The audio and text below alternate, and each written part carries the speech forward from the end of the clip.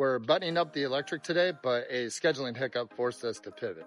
So the electricians are finishing out their roof. They're foaming holes through the top plate, adding nail plates where the wires run too close to the framing, and just walking the print to make sure nothing's been missed. But here's where things got a little tricky. I always schedule the electricians after HVAC, but the HVAC crew didn't finish when expected. So one of their dryer boxes, specifically for the stackable unit I have in the garage, wasn't installed. So the electricians just assumed that wall was free and installed their boxes right there.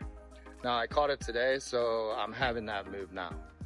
Now on the exterior, another team is building out the service. So code here requires that we have an air gap and waterproofing behind the service panel. That air gap gets eliminated once our stucco goes on, so we started installing Durarock backer behind the service, and then we coated it in the waterproof paint before mounting the box.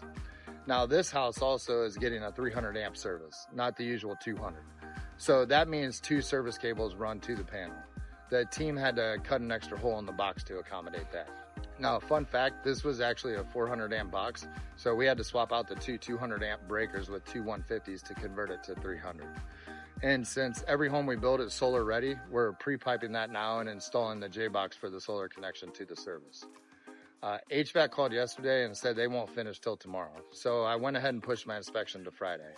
And based on that, I also scheduled the roofer to install our boots on Monday. So here's a question for you. How do you prevent one trade's delay from throwing off the whole schedule? I'll see you all tomorrow from the ground up.